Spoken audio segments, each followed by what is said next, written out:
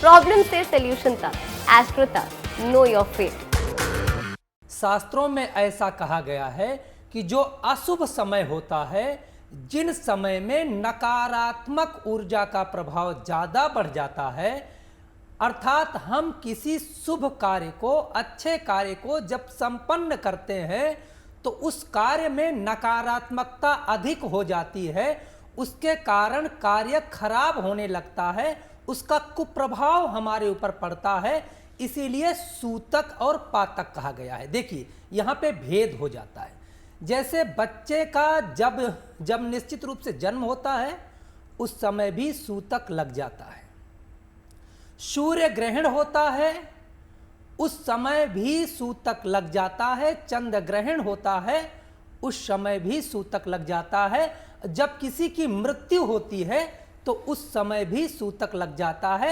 इसके सबके नियम अलग हैं, अर्थात नियम तो एक ही है लेकिन टाइम अलग अलग है। अर्थात इस तरह से हम मान लें 12 घंटा और 4 घंटा और 6 दिन और 13 दिन ये सूतक के होते हैं।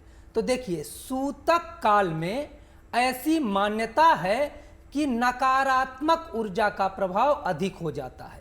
हम बात करते हैं सबसे पहले सूर्य ग्रहण की।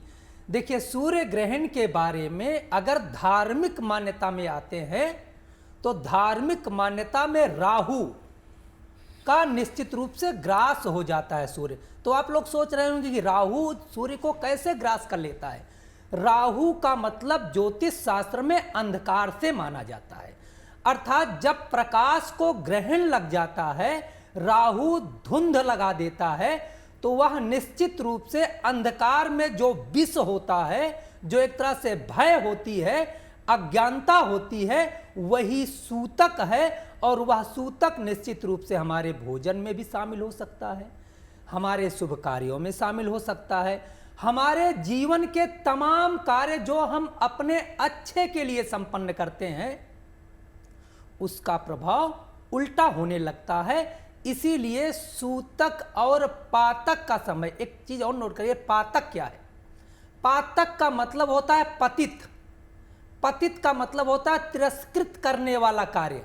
अर्थात पातक के समय में कोई शुभ कार्य, अच्छा कार्य हम इसलिए संपन्न नहीं करते कि हमारा मन, मस्तिष्क, हमारी वाणी, हमारी बुद्धि और हमारे घर का माहौल निश्चित रूप से अस्थिर होता है। चाहे आपके यहाँ कोई बच्चा जन्म ले तो उस समय तमाम प्रकार से रक्तस्राव, तमाम परेशानियों के कारण मन, मस्तिष्क अव्यवस्थित रहता है। इसी प्रकार से किसी व्यक्ति की मृत्यु हो जाए तब भी हमारा मन, मस्तिष्क, शरीर, कार्य अव्यवस्थित रहते हैं।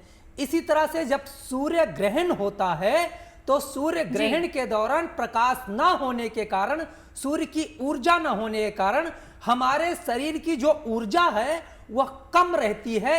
इस कारण हम सूतक का और पातक से दूरी बनाते हैं। इस एड को स्किप करना तो बहुत मुश्किल है, पर लाइफ की प्रॉब्लम्स का सॉल्यूशन ढूंढना आसान। प्रॉब्लम से सॉल्यूशन तक, एस्ट्रो तक, नो योर फेट।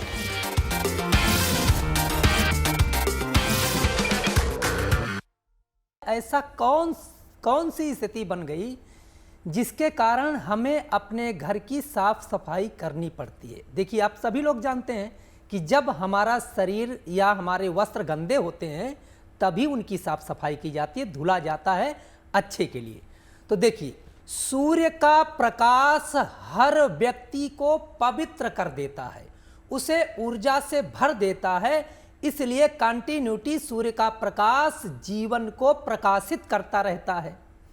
तो क्योंकि हम यहाँ पे बात कर रहे हैं धर्मशास्त्र की, और धर्मशास्त्र में ऐसा कहा गया है, क्योंकि वैज्ञानिक राहु केतु को नहीं मानते, वो उनका प्रश्न है, लेकिन निश्चित रूप से यतो धर्मा ततो जया, हम धर्म के बारे में जब बात करते हैं तो राहु एक नकारात्मक ग्रह है। क्योंकि राहु के बारे में कहा गया है, राहु के रंग के बारे में ज्योतिष में कहा गया है कि धूम्र वर्ण समख्याता, धुएं के आकार का राहु और केतु का वर्ण है, रूप स्वरूप है।